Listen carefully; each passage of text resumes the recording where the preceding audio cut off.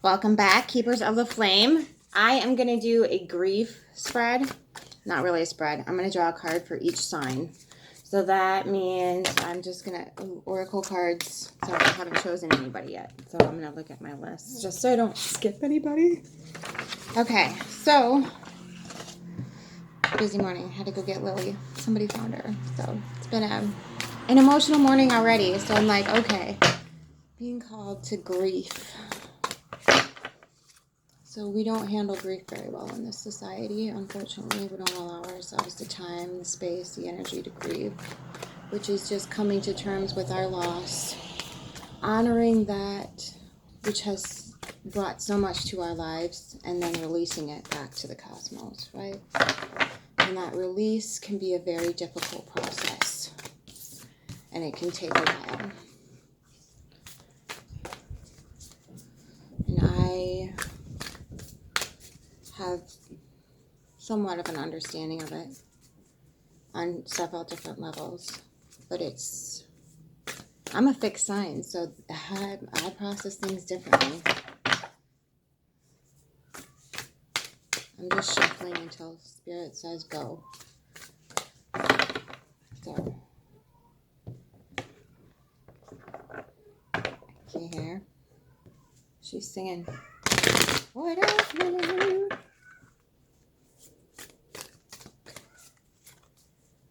All right. Let's go with Pisces first. Pisces, because they're on the bottom of the list for the Psyche reads. Okay. Bottom of the list, which is Pisces. I got it. So Pisces, what does the universe want Pisces to know about their grieving process right now? Okay. Hope is like a hummingbird. Okay.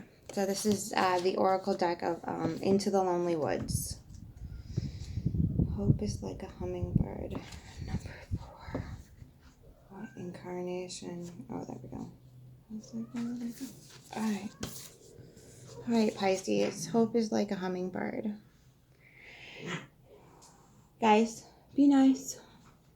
Hope will come to you again. And just when you feel most heavy, most joyless, know that the miracle will occur. Like a hummingbird, it will come small and weightless, bringing back the joy of living, the lightness of being. Soon you will savor the sweetness of life, and whatever negativity creeps in, whatever form it comes, it will be transformed. Love shall come in the simple tasks of life, and gratitude will flow from your heart. Like the hummingbird, you may feel small, but you are capable of the most amazing feats. Your ability to change, adapt, and recreate your own life now grows strong, and you have come to respect your resilience, your playful nature, your natural optimism. All these treasures return light as a hummingbird, sweet as the nectar of flowers. Okay, Pisces. Hope that helps. Okay. Haha! Hope your hummingbird comes! Okay, let's go Leo. What does the universe want Leo to know about grieving?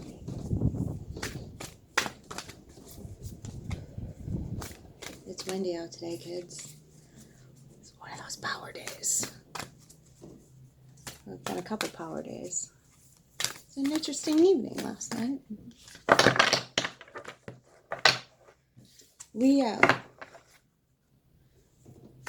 What's going on with Leo? Ooh.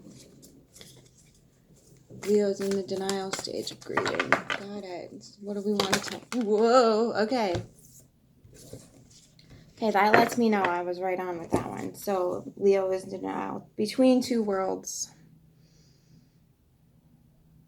That would make sense if you're in denial. That's okay, Leo. Hold on. You got this. Keep that flame. Okay. Sometimes the gulf between the old world, the world yet to come, and the world yet to come feels like a chasm. It doesn't feel possible to bridge that gap, to somehow make it to the other side. So for a while, we slump and go into ourselves in the denying and destructive old ways.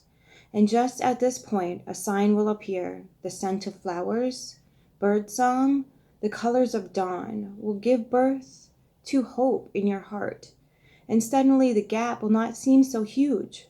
The waters you must cross do not seem so deep, nor do they feel dangerous, and within a shorter while than you think possible, the old and the new will be bridged, and you will walk into the next life within this lifetime. Wow, take it as it resonates. Leave the rest. Sagittarius. Whoa, okay. That just fell right out my hand. Wow, this is a really beautiful card. To walk the lonesome road. Okay, Saggy. We got this. Ooh, that is number 1. Numero uno. Going to self, Saggy. It's okay. Don't be afraid. You're supported by more than you know. Otherwise, you wouldn't be here either, by the way. We look for ways outside of ourselves to support ourselves. One of those ways we do that is to seek outside to help us understand what's within. So, thanks for being here. To walk the lonesome road. Foolish, they say, to walk the strange path. Loneliness will become your only companion, they say, as you take those first steps onto the lonesome road to your own self. This is not an adventure, no indulgence, no needless seeking. This is a pilgrimage of the soul. And the time you spend on the path you have chosen, which truly has chosen you, may make you weary, and there could be doubt, and there will be moments where your only companion is the voice inside your head, and that is the point. For when you hear that voice clearly for almost the first time, listen, speak with it, see what you have been saying to yourself, and with each footstep, watch the words become more encouraging, loving, and filled with self-love.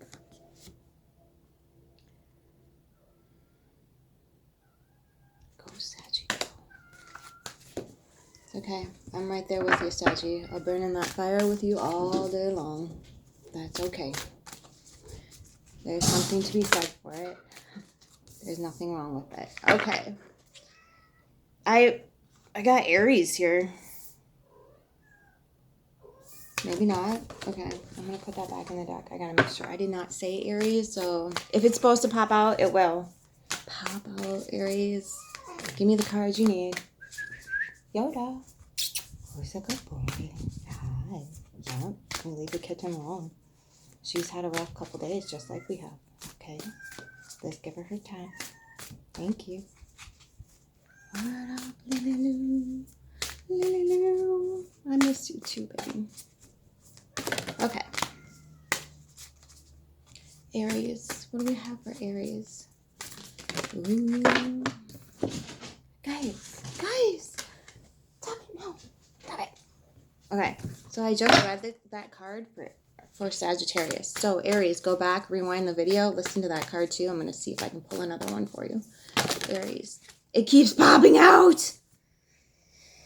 Okay, Aries, go back and listen to Saggies because you got the same card. Okay. But then there's a 15, so I'm going to pull that one for you, okay? Bisky. Sit down. Come on. Hop. Okay. Light your own torch now. Ooh, this is good capitalization on this. Light your own torch now, and use this inner light to guide you on the path. Your inner light will illuminate the stony ground, the loose rocks, the thorns and ditches along the way. Keep your inner light burning bright, and trust the story unfolding beneath your feet.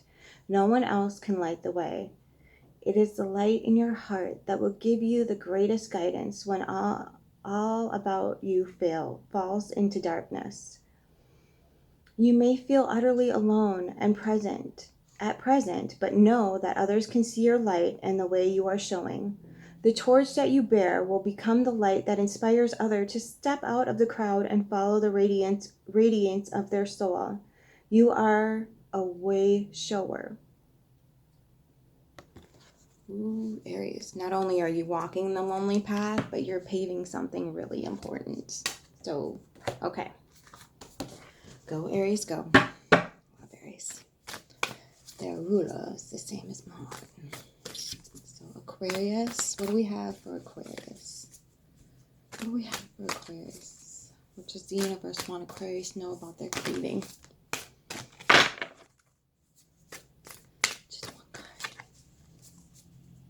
What does the universe want Aquarius to know about their grieving? The littlest blessing. 18 is the number. The littlest blessing. There is a little good fortune right at your fingertips. It is sweet and small. But this is the blessing that will see your energy open up to receive even more of the same. Destiny wishes you to be content, to feel loved, and to see the wonder in every small thing this day. Look about you, for right there in the smallest of places are the blessings you have been yearning for, yet missing. Open your new eyes to the world. Sorry. And what once went unseen and unappreciated can truly be known for the very first time. Look with eyes of wonder at the little miracles of the world. When you do this, the gates to all good things swing open for you.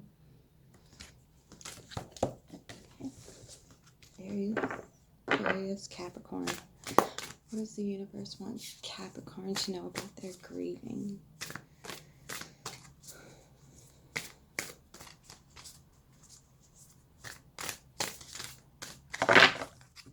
What does the universe want Capricorn to know about their grieving?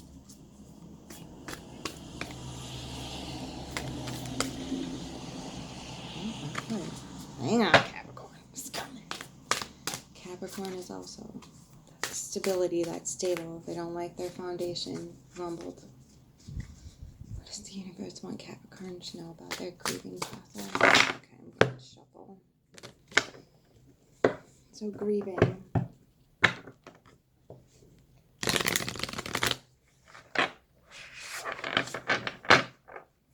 Such a delicate subject. And why I feel the freaking gall to freaking tackle it today, I'm not sure. But it is a difficult subject. Like, you can't really give advice on grieving because it's such a different process for everybody. I mean, there's 5 stages. I would dare to say even 6. No, Cappy. You can't have half the deck.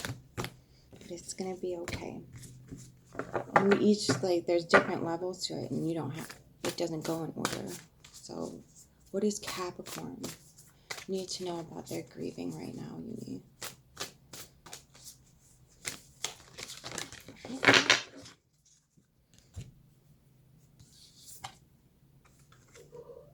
The return of the lost selves. Fragmented, shattered. It's okay, Cappy. It happens. It happened. It happened. To all of us. None of us are exempt from this. Let us hold space for one another.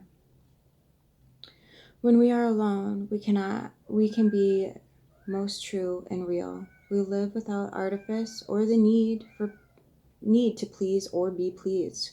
Finally free, we can simply be. Do not make this liberty a burden. Call back to yourself the wandering parts of your mind and soul that departed when they knew others could not understand them. Come together, be reunited with yourself, and feel the multitude of you. You are not one self, but many selves. When you have this time of seeming aloneness, truly the companionship is of the many selves, the forgotten experiences, the things you never gave yourself time to wonder about. You will be unified by the spontaneous time alone.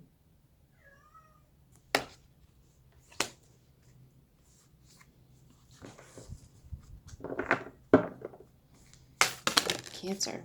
Okay. Looked at the word, the card pops out. What up, Lulu? Okay. So 44 is the number for this card.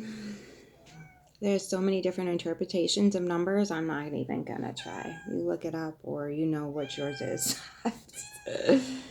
There is no one There is one who watches over you. Lily, what up, girl? How you doing? You can't see her there in the back. Black background. I missed you too, my love.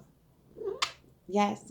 Maybe it's time to get a companion of some sort, person who I'm reading for, who is listening. Don't touch this keyboard, Beastie. Oh, Beastie. I know, Cancer. Cancerian. You know, I dated a guy who was a Cancer and he had a black cat too. Her name was Juno. Okay, so I don't know why I needed to say that, but there it is. There is one who watches over you.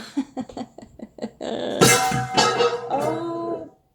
Okay, we'll get that later. Okay. The one who watches over you is compassionate and sage. They often come to you in subtle ways, in this wise shape of a tree, in the luster of sunlit clouds, in the song of water running over rocks. To know you have this guardian is to understand that, although there is loneliness, you are never alone. This watcher is linked to the path of your soul, from your first breath to your last, and they will be with you in the great in-between of your lifetimes. The one who watches over you knows the sacred quest of your soul, and when it feels like you have lost your way, they will remind you of your purpose. This is one of my favorite animals on the planet. The barn owl. I believe that's what they are. I completely lose it and get mesmerized. Okay, Cancer. Scorpio!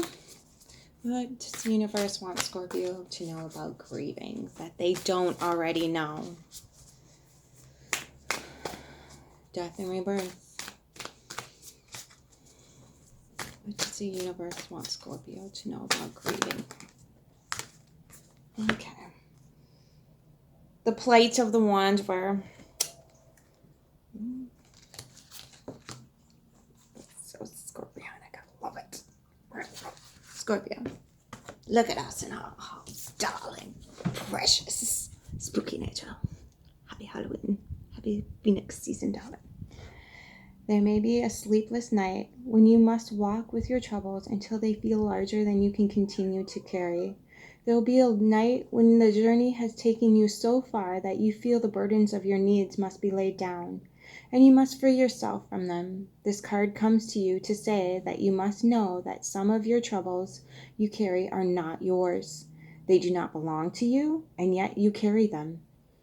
There will be a wise one who tells you to share some of these troubles for a time. They will help you know which to keep, learn from, and remember, and which you can put aside, acknowledged as not yours to carry, and buried softly in the good earth to heal, change, and become a part of the great all that is. Okay, if this is not a Scorpionic card, I have no idea what is. Look at that. The egg. Rise, baby, rise. We got this. Okay, Virgo. What does Virgo need to know about their grieving? What does Virgo need to hear about grieving right now?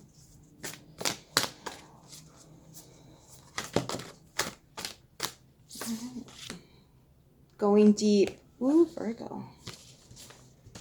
Dang. Okay. There it is. Number 7. Do what you will with that info. Okay. That's such a cute card. Okay. Virgo, going deep. How Virgo. Look at that. The holder of all the life. The virgin. Okay. There are times to walk, and then there are times to swim. The path has taken you to the waters of the deeper self. Your unfelt emotions, the mysteries of the psyche, the following nature of who you are, fearful to be, all these mysteries can be explored. Sink into your subconscious and know it is safe for you to be within the watery place for a time. Feel the gift of silence, the calm, the weightlessness, and the depth of this world. You are part of this, just as you are part of the air. Do not stay at the edge of the lake. Walk into the waters and let them go over your head. The beauty of water will open your eyes to the beauty of the emotions within you. Virgo. Again, one more time. Into the Lonely Woods is this deck. Libra. What does Libra need to know about grieving? My dear beloved creatures. What does Libra need to know about grieving? Universe, spirit guides, ascended masters, ancestors. What does Libra need to know?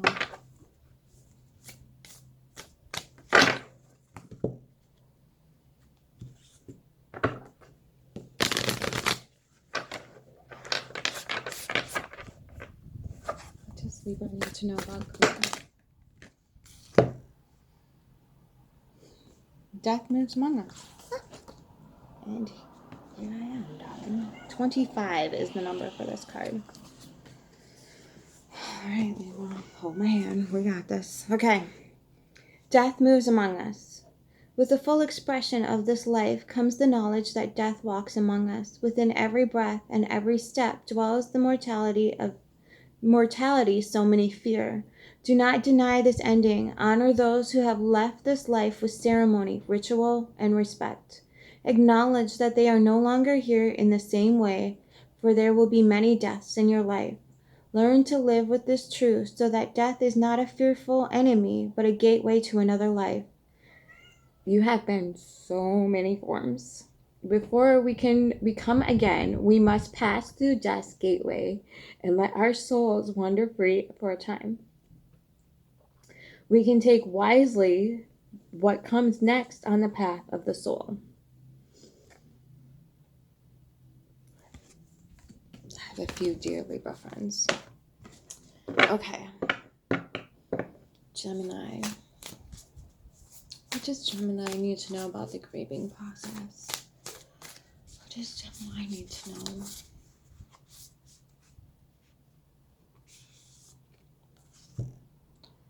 Oof. Find your night self. Okay. So that one didn't pop out. It just stuck out and it wouldn't go back down. So. Ooh, okay. 21.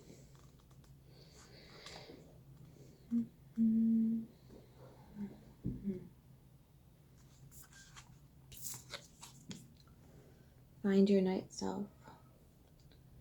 We can be different at night. It is liberating when the peace and silence and the stillness and strangeness give us a chance to become something other than our daylight selves.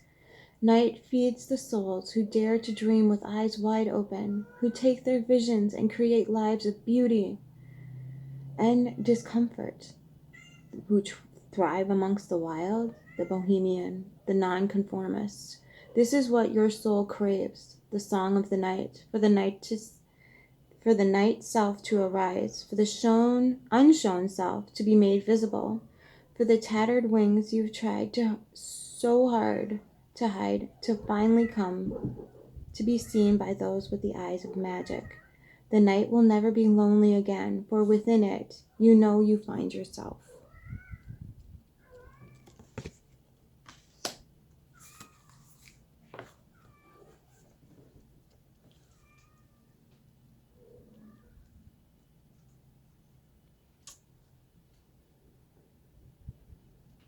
I think the most important thing, I'm going to say this over again, hold space. Hold space for yourself. Hold space for those who are grieving.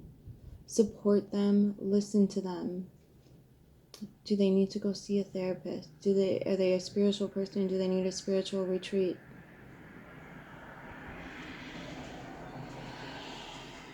Trying to just listen and understand.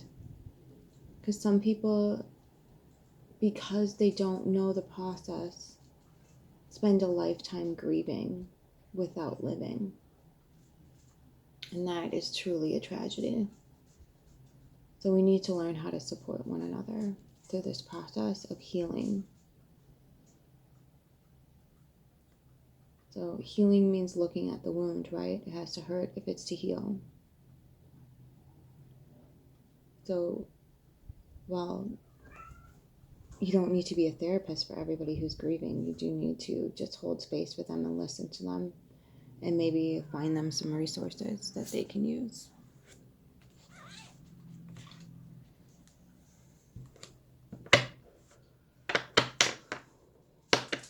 I don't know how to give people the gift of my sight, but death is not a finality.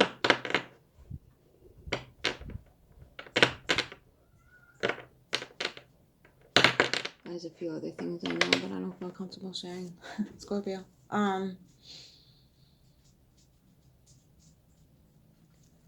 So when we pass away, right? When we ourselves pass away, what does that look like to you? What do you want that to look like? What do you think it should look like? Ponder it. There's nothing wrong with that. There's nothing morbid and scary about pondering death. Sit with it. Ask your psyche what's going on. Where's the bee? Okay. Ask yourself. This is Yoda. He's a mess because we went for a romp in the woods yesterday. So ask your spirit, ask your guides, ask whatever you want. Get up here and ask. When you ask yourself a question, your mind has to answer. Okay? Your spirit has to answer, your flame. Your entire existence is designed the way it's designed for a purpose. If you can tap into that and do some animus work, Carl Jung said, I think we'll start to understand not only ourselves, but the world at large better. So ask yourself the question. And we kind of live in this society where like the one broad brush paints it all. And there's only one answer to all the questions. And there's only one God. And there's only one source. And there's only one this. And it's one that. No, there's multitude. Fractals tell us that right off the bat. Okay, there's your scientific evidence. Fractals. Okay. So, this oneness thing. We are all connected. We are all connected. We do not understand this whole separation thing the way it's supposed to be understood. And I might do a video on this later, but when it comes to the process of grieving, we don't allow the other people to be separate. We don't allow them their own space. We tell them, look, you need to get over this. Why are you crying all the time? It's been 6 months. What do you think you're doing? You're wasting your life. Do you think that's going to help a grieving person? Because it's making you uncomfortable. It's supposed to nudge them into healing so you don't have to be uncomfortable with it. That's not fair. So this whole like oneness thing needs to calm down. We are very different creatures on very different pathways and purposes. And we feel things differently. We experience things differently. So this whole like it's all one is kind of horse crap. We need to allow each other to be individuals, to have the space to be ourselves. And then when we find ourselves, we'll find the community that we're supposed to come together with, right? And realize that, yes, we are connected, but this isn't one thing. We are part of an ecosystem that functions. And we all need to understand that we have different functions in this ecosystem. So grieving needs to be held in a loving, supportive space. If you find yourself unable to do that, just step away. Send them some resources. Send them a link to therapy. Send them a link to, a spiritual getaway. Or send them to a grieving workshop. Gift them some books.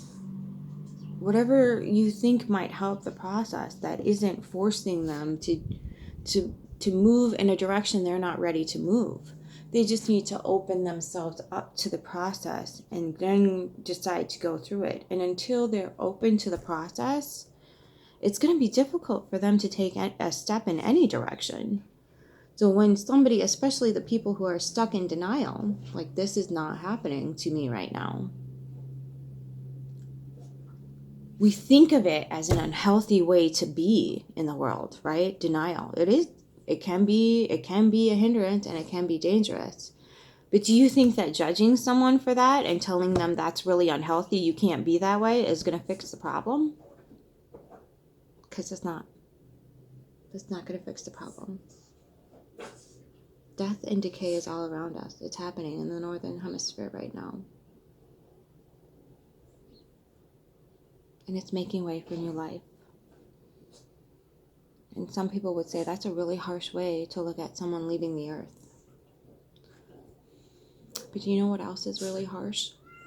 Demanding that they stay for your selfish needs.